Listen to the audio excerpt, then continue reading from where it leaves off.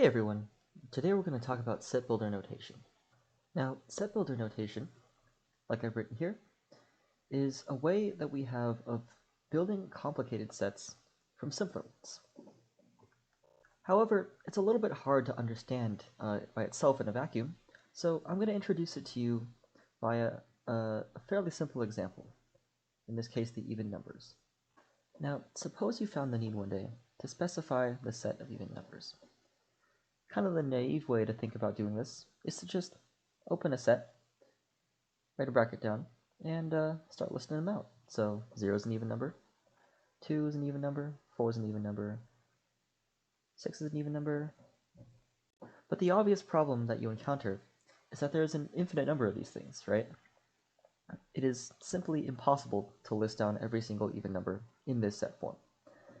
Now you could write something down like, these ellipses indicating to whoever's reading that this set somehow goes on, right? In some sense, it'll continue on to infinity. But that's a rather vague way of doing this. It's not unambiguously clear what exactly these ellipses are supposed to stand for. For example, a reader might very well realize that you're trying to include all the positive even numbers, so 8, 10, and so on, but not realize that when you're trying to specify this set, you're also including all the negative even numbers. So -2, -4, and so on. Right? There is too much room for interpretation when you write this set this way. Now you might say, okay, fine. I'll write it this way instead. 0, 2, -2, 4, -4, and so on. But that's really just a band-aid on the overall issue. It doesn't solve this problem of how we're supposed to specify a complex set without writing down every single element. We still need a way to unambiguously denote these things in a compact way. There might not always be an easy fix that's clear, like in this case of the even numbers, and what's clear or not is always up for interpretation. So instead of trying to list out every even number, what we're going to do is build a generic even number. What do I mean by that? Well, take our first even number here, 0, and notice that it's equal to 2 times 0. Take our next even number, 2, and notice that it's equal to 2 times 1. Our next even number, 4, is equal to 2 times 2. And in general, every even number, because it will be divisible by 2, as all even numbers are, any even number can be written as 2 times some other whole number. What's more, this goes in reverse. If you start with your whole number, you can multiply by 2 and get yourself an even number back. Where I'm going with this is that the set of even numbers is the exact same set as the set of things you can get by multiplying a whole number by 2.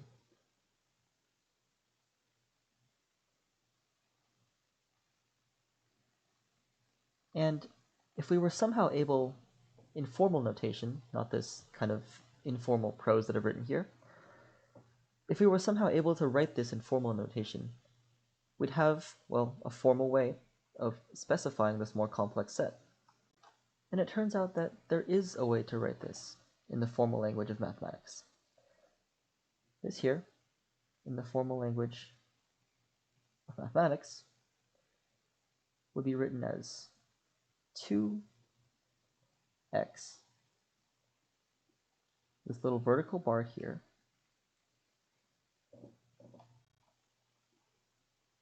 x is contained in the set of integers, or the set of whole numbers, close bracket. Now, this can be a little bit confusing, so let me translate it back into English. The curly bracket here indicates that we're working with a set, so it means the set This here means the generic thing that we're building. So the set of elements 2 times x. This bar here means such that, so such that. And this statement here specifies where our building blocks come from. So x is contained in the integers. So all in all, what this symbolic line means is the set, open bracket, of things 2 times x, as written right here, such that, as indicated by this vertical bar, x is contained in the set of integers. Note this overall structure here. We indicate we're working with a set, we specify what we're building, and then we specify where our building blocks come from.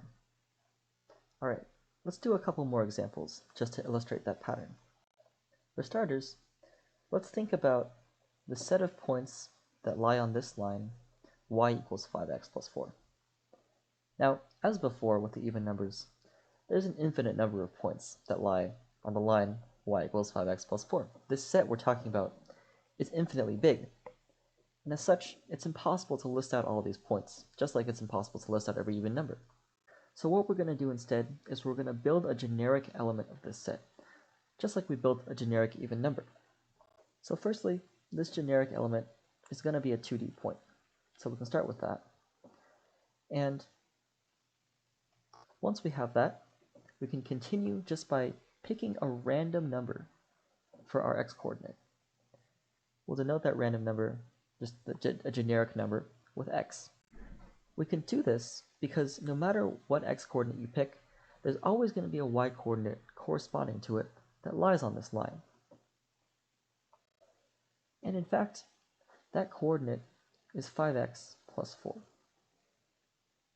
as specified by the equation of this line, y equals 5x plus 4. Now notice once again that building something like this will always give us a point on the line, and every point on the line can be built using something like this.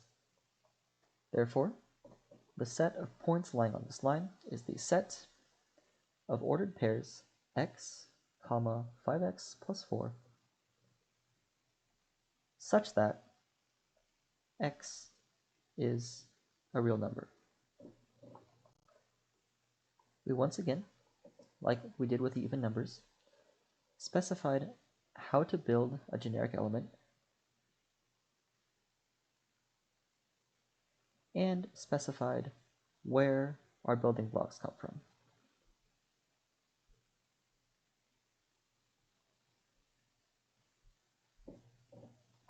Okay, let's do a third example. Let's specify the range of ages where a US citizen can vote but not run for president. And that's the ages between 18 and 35. This is the set, open curly bracket, of numbers x, such that, vertical bar, 18 is less than or equal to x, which is less than 35. Once again, as with the even numbers, we have our expression for what we built, and where our building blocks come from.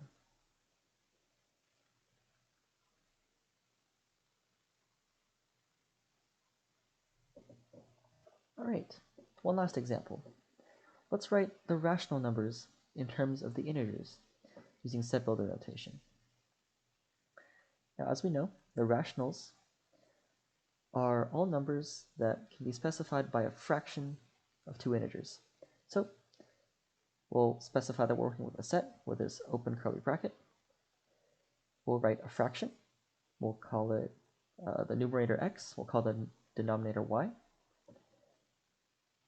And we want to say that we're picking x and y such that x and y are both in the integers, or they're both whole numbers. Now, an interesting thought I want to leave you with is whether you can kind of keep going, go one more step, do the same for the real numbers in terms of the rationals. But otherwise, that's all I had for you today. This has been Set Builder Notation. See you all next time.